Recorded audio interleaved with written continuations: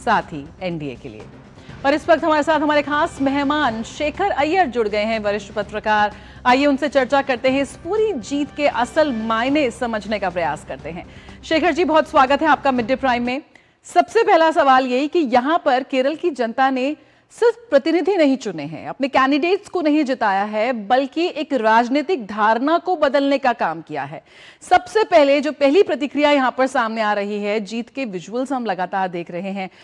एक पत्रकार के रूप में किस तरह से देखते हैं इस जीत को, भाजपा और एनडीए की जीत को केरल में? देखिए, सबसे जो बहुत महत्वपूर्ण जो मैसेज जो केरल से आ रहा है यही है कि तिरुवनंतपुरम को ले लीजिए, केरल राज्य का राजधानी है।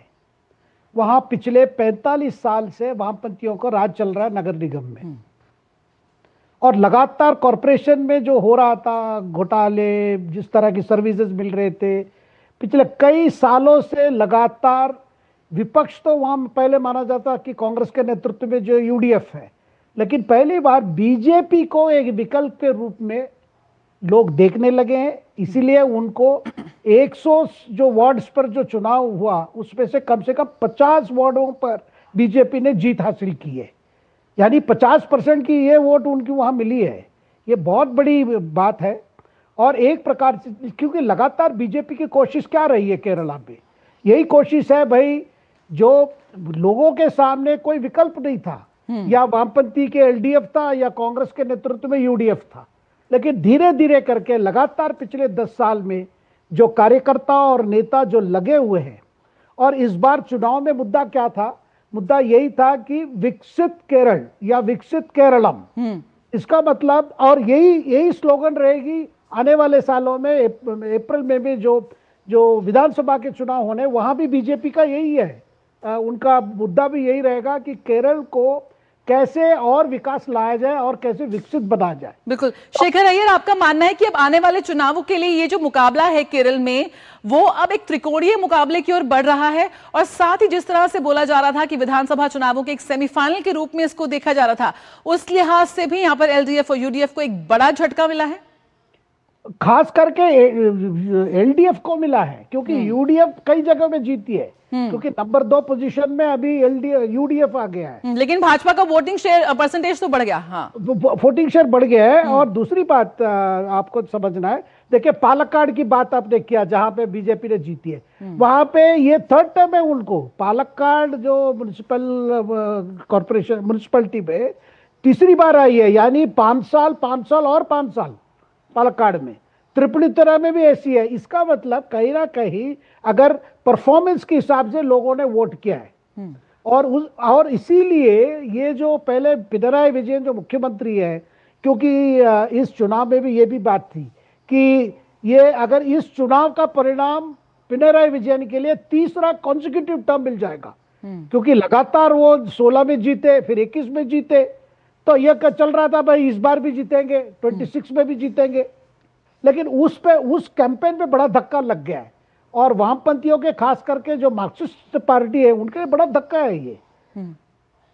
बिल्कुल। शेखर जी, यहाँ पर संदेश सिर्फ केरल नहीं बल्कि दक्षिण भारत के और भी राज्यों तक जा रहा है क्या? बिल्कुल। देखिए, पहले से क्या कह रहे थे ये लोग, ये मतलब जो अपने आप को बड़े सेकुलर पार्टीज कहते, भाई बीजेपी का कुछ नहीं होगा दक्षिण भारत में, ये तो उत्तर भारत की पार्टी है, हिंदी पार्टी है, हिंदी वालों की पार्टी है। वो तो सभी चेंज हो गया। जब पहले आपके कमल खिले कर्नाटका में, अभी कर्नाटका में तो कांग्रेस और बीजेपी 2 ही है, मतलब और कोई तो तीसरा फैक्टर नहीं है वहां पे। और जेडीएस भी जो भी था वो भी तो बीजेपी का साथी है वहां पे। और वैसे तेलंगाना में भी आप देखिए, लगातार बीजेपी की वहां पे तो बीजेपी लगी हुई है, और इस विधानसभा चुनाव में भी प्रदर्शन काफी अच्छी रही। और आंध्र प्रदेश में टीडीपी के साथ सहयोगी है। और केरला ऐसी जगह था जहां पे बीजेपी काफी सालों से एक बार एक एमएलए जीता था, वो भी रेमोन से और राजगोपाल जीते थे। इस बार और पिछले लोकसभा चुनाव में जो सबसे बड़ा ये इम्पैक्ट जो हुआ था, वो त्रिशूर लोकसभा सीट में सुरेश गोपी जो एक्टर है, अभी केंद्र में मंत्री है, वो जीते थे। तो इसका मतलब धीरे धीरे, क्योंकि वहां पे दूसरी बात समझनी चाहिए हमें, वहां पे जिस तरह की पॉपुलेशन है वहां पे, क्योंकि माइनॉरिटी की संख्या अगर क्रिश्चियंस और मुस्लिम्स को आप ये कर लेंगे, वहां पे 55% हो जाते हैं, तो हिंदू की संख्या केवल 45% है। और इस बार क्या क्या मुद्दे रहे, एक प्रकार से ये ट्रायल है, क्योंकि मैं कह रहा हूं विधानसभा में जो मुद्दे आने वाले हैं वो मुद्दे इस चुनाव में भी थे। क्या एक सबरीमला में जिस तरह मंदिर से सोने की चोरी, वो बड़ा मुद्दा था, उसमें कई वामपंथी पार्टी के लीडर्स के नाम भी जांच में आए हैं। दूसरी बात क्या थी, ये लगातार वामपंथियों ने अपने जो लोक कल्याण कार्यक्रम को ही मुद्दा बनाते थे, लेकिन पिछले विधानसभा चुनाव में यही था, भाई कोविड समय में हमने अच्छा काम किया इसलिए वोट मिला। अब लोग देख चुके हैं कि ये कार्यक्रम तो चलता रहता है लेकिन कोई नई चीज नहीं है। और भ्रष्टाचार, जहां पे मुख्यमंत्री की दफ्तर से भी जुड़ा हुआ कई बातें, ये सारी चीजें इसमें आए। और तीसरी बात जो समझनी चाहिए हमें, ये है कि जया, कि वहां पे लगातार ये बात आ रही है, ये जो उग्रवाद ताकतें हैं, जो एक्सट्रीमिस्ट है, हार्डलाइनर्स है, जो इस्लामिस्ट ताकतें जो हैं, उनको, उनके साथ वामपंथियों को भी कभी ना कभी रिश्ता रहता है, और कांग्रेस के कुछ नेताओं को भी रहता है। जैसे पीडीएफ, वो तो बैंड है, लेकिन उसकी जो पॉलिटिकल ये है एसडीपीआई से भी कई है। और इस बार देखिए, और दूसरी बात जया, ये आपस में भी अपने दूसरे को ये करते हैं, एलिगेशन लगाते हैं। इनका कहना था, इस बार वामपंथियों कह रहे थे भाई कांग्रेस को जामियत इस्लामी के साथ रिश्ता है। और बिल्कुल, जो खींचतान थी इन राजनीतिक दलों में जो, और करप्शन था, और एक तरह की वो जरूर जनता ने समझा। मुमताज जी का इंटरव्यू आज एक्सक्लूसिवली डीडी न्यूज ने लिया। किस तरह से आप देखते हैं, जहां पर ईसाई बहुल इलाकों में भी भाजपा की पकड़ मजबूत होती दिखी, तो वही हिंदू बहुल इलाके से मुमताज जीत रही हैं। ये भी एक बड़ा संदेश था। और जो नजरअंदाज यहां पर लोगों के हितों के लिए पॉलिटिकल पार्टीज ने किया, सत्ताधारी पार्टी ने किया, उसका भी कहीं ना कहीं नाराजगी थी, गुस्सा था, जो यहां पर वोटर बेटर वोटिंग परसेंटेज में तब्दील हुआ, और फायदा यहां पर साफ तौर पर मिला एनडीए को।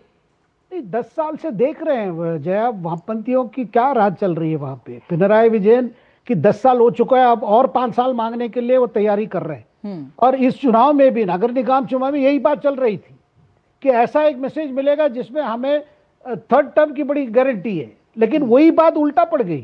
बिल्कुल, उसी को सुनते ही लोगों ने सोचा नहीं, अभी अभी मैसेज देना है। देखिए, कांग्रेस का जो नेतृत्व, यूडीएफ के लिए तो अच्छी मैसेज है कि वामपंथी को इन्होंने कई नगर निगम में उन्होंने हटा के जीत लिए, लेकिन साथ साथ में एक तीसरा जो फैक्टर है, जो बीजेपी फैक्टर है, वो फैक्टर सामने आ गया है। इसका मतलब विधानसभा चुनाव इस बार केरल में बहुत मतलब टफ फाइट रहेगा हर कॉन्स्टिट्यूंसी में।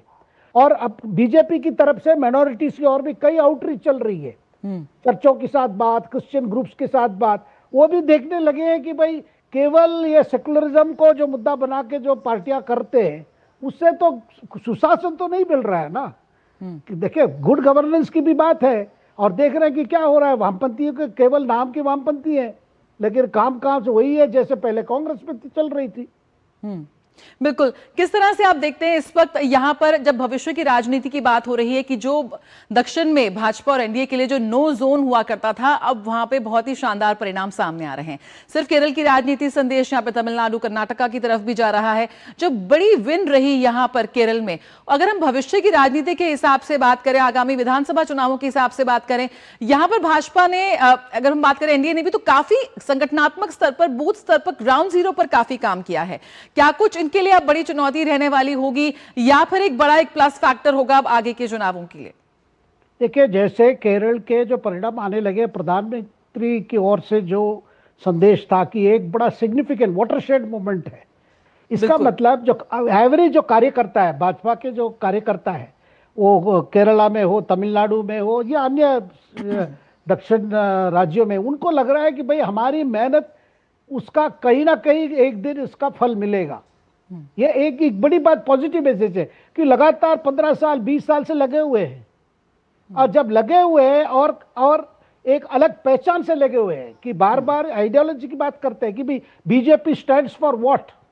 और प्रधानमंत्री मोदी जी का जो शासन 10 साल से चल रहा है, एनडीए के शासन जो चल रहा है, उसमें जो कार्यक्रम चल रहे हैं, लोक कल्याण के कार्यक्रम चल रहे हैं, कब पीएम आवास योजना, वो आपके जल जीवन मिशन हो या डायरेक्ट बेनिफिट ट्रांसफर हो, किसानों के लिए हो, ये सारे कार्यक्रम को लेकर ही कैंपेन वहां पे भाजपा के कार्यकर्ता और नेता सब कर रहे हैं।